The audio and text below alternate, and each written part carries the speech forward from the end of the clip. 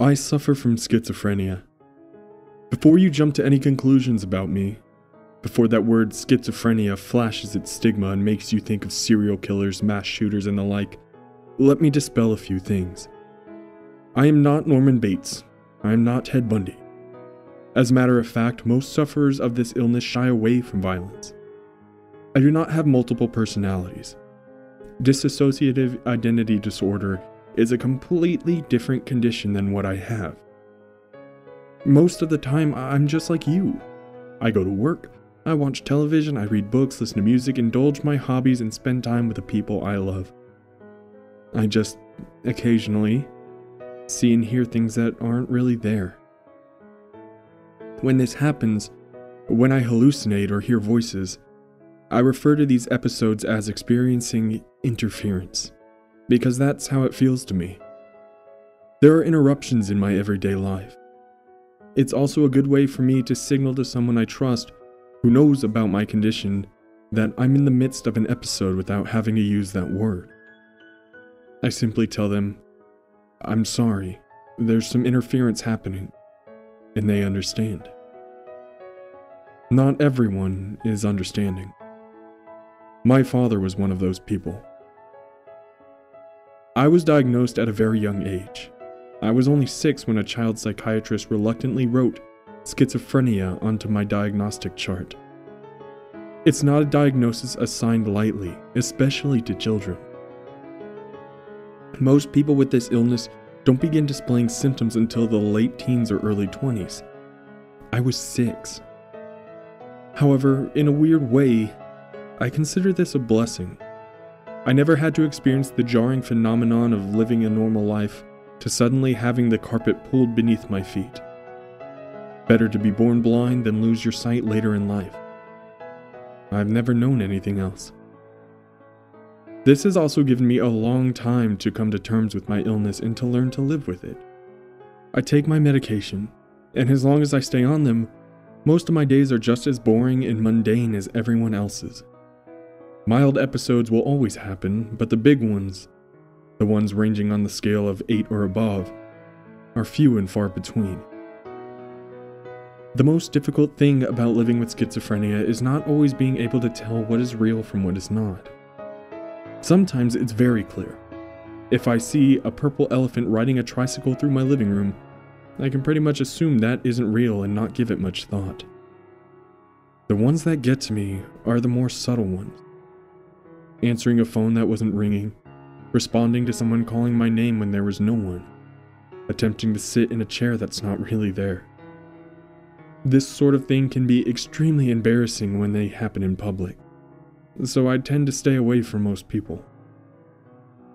I know I come across as creepy to some, strange.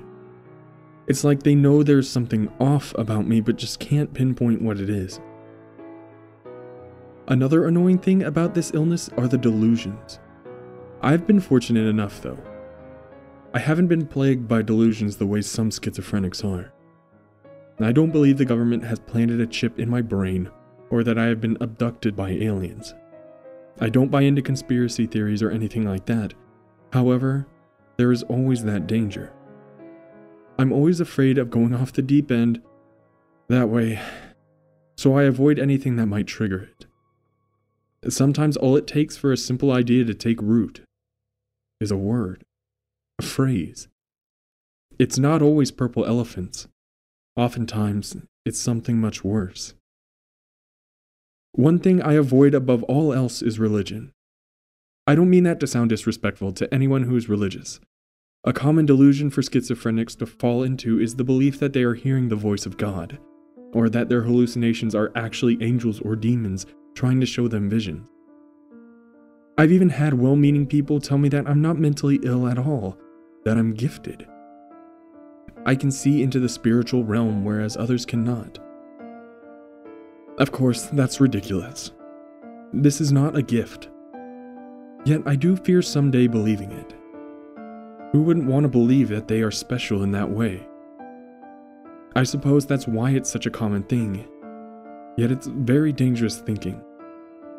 As appealing as the notion of being chosen by God is, the reality is that I have an illness. It isn't pretty, it isn't romantic, it just is. Besides that, I don't have such a great track record with religion. My father, I mentioned him earlier, was a Southern Baptist preacher in the backwoods of Louisiana where I grew up. He was a devout Christian and held his family, myself included, to strict standards. We were examples for the community, and he took that position very seriously. In public, anyway. Behind closed doors, things were quite different. My father drank heavily and had a hellfire and brimstone temper. It went even beyond that, however. There was a meanness in him, aside the rest of the congregation never saw. He reveled in his position of power over his followers, and that bled heavily into our home life. We weren't his family. We were his flock. You see the scar across the corner of my mouth? That was delivered with a strip of barbed wire. I could show you my arms and back as well, but I keep those covered. No matter the weather, I'm always in long sleeves. Having a schizophrenic son was not... It just wasn't news my father took well.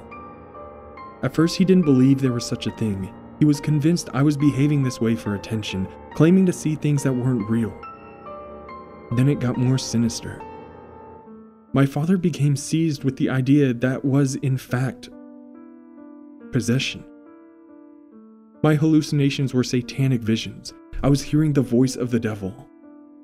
And that's when I stopped being human in my father's eyes.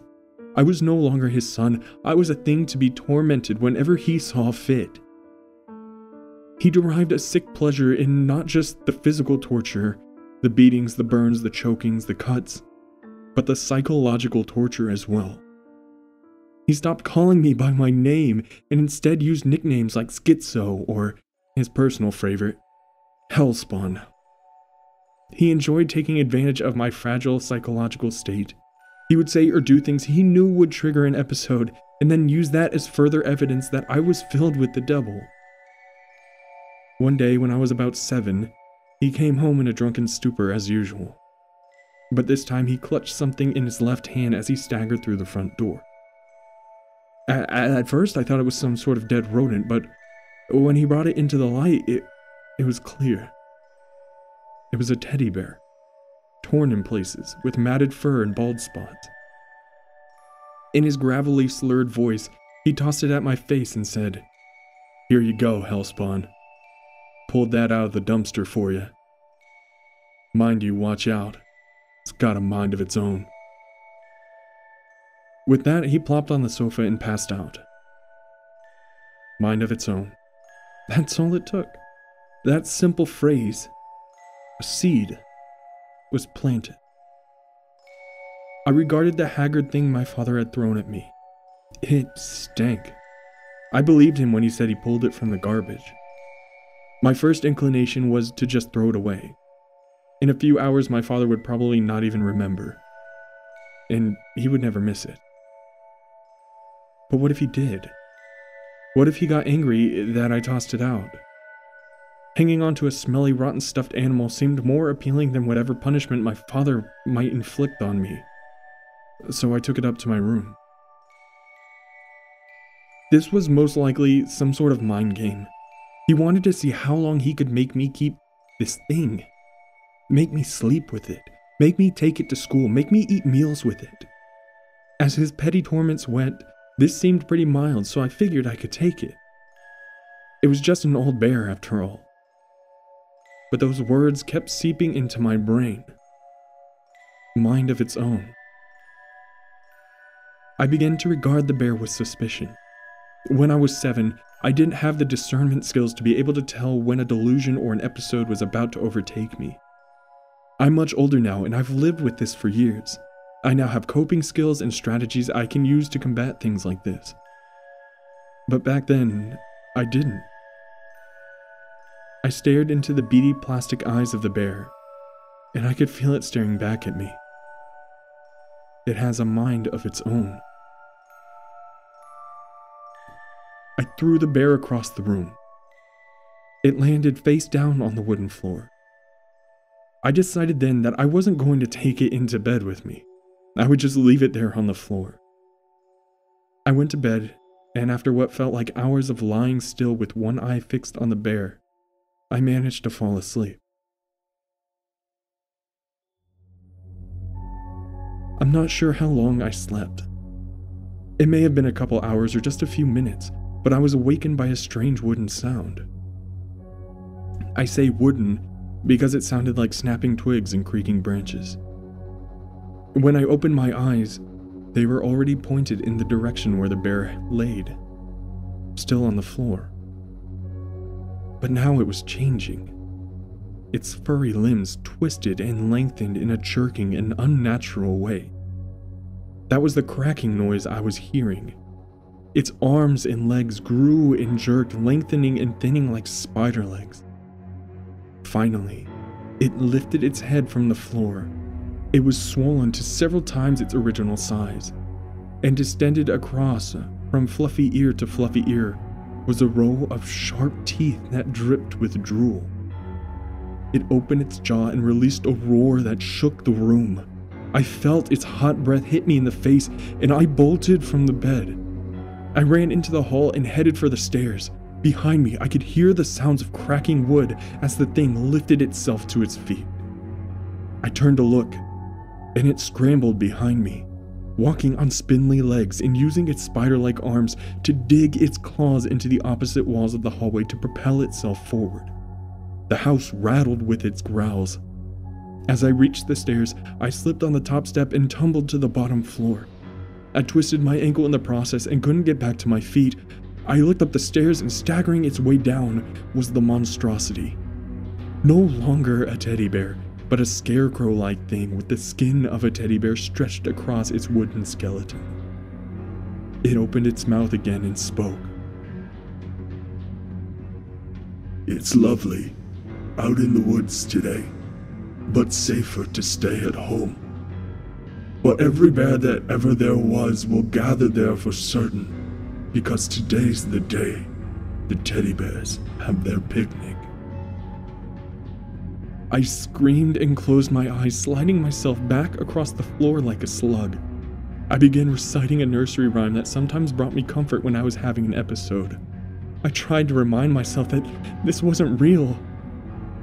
As I was going upstairs, I met a man who wasn't there. He wasn't there again today.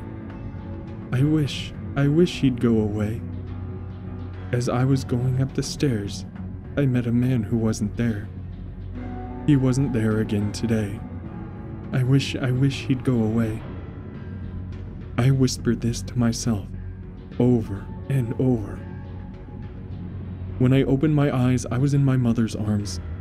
She was shaking me and calling my name. I looked past her worried face and up toward the stairs. My father stood at the top, with the bear in his hands. "What's wrong with him now?" he said. "I'm not sure," she said. "I think he had another night terror." "Figures," my father said in that familiar dismissive tone.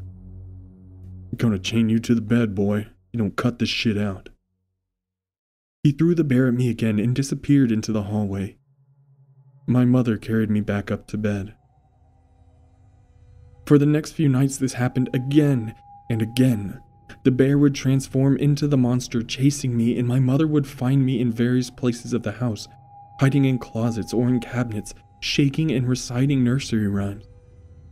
After the 6th night, my mother begged my father to let her get rid of the bear. She offered to burn it, bury it, whatever it took.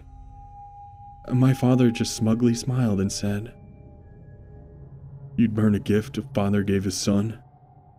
How ungrateful." Somehow, my father was still more terrifying than anything my broken mind could invent. Even so, The constant disturbances during the night were wearing on him too. So he made good on his promise to restrain me to my bed. The 7th night, he tied me down with ropes and sat the bear square on my chest. "Sleep tight," he said as he closed my bedroom door. It wasn't long before I felt vibrations on my chest as a low growl began to rise from the bear. Slowly, its mouth began to stretch across its face in a toothy, distended fashion. Immediately, I closed my eyes and began to recite the rhyme. Over my own voice, though, I could hear that crackling sound. It was growing again, transforming. I abandoned the rhyme and instead began to scream. I called for my mother. I struggled and strained against the ropes until they began to cut into my wrists, and I felt blood trickle down my arm. I could hear voices in the hall, my mother first.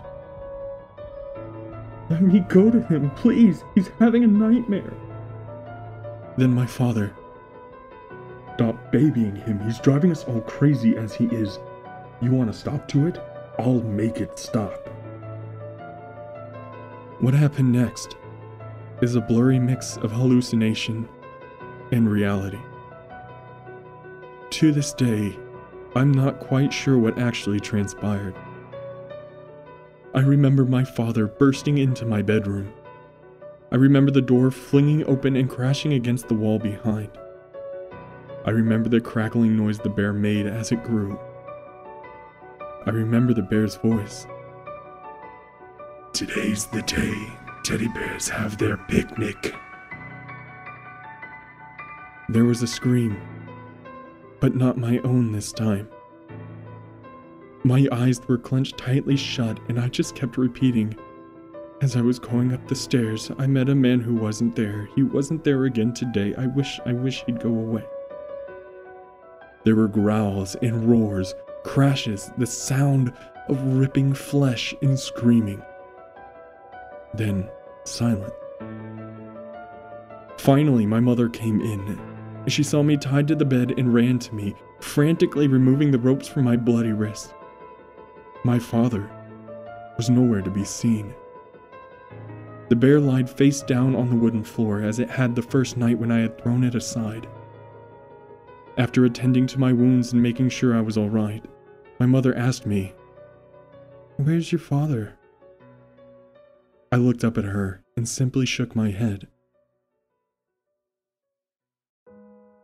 That was nearly 30 years ago. The community assumed that my father must have wandered away in drunken stupor and had some sort of accident. There was a search in the nearby woods, but nothing was ever found. I still have the teddy bear. Never since that night has it ever transformed again. It's just a bear. Just an old, worn teddy with dead plastic eyes and balding fur. When I first saw it, it frightened me. But I was just a child then. And now I understand that it was all a delusion brought on by my illness. However, for reasons I can't quite describe, I have a certain respect for this old thing. Sometimes, the scariest things in this world are just misunderstood. Sort of like me. After all of us have a mind of our own.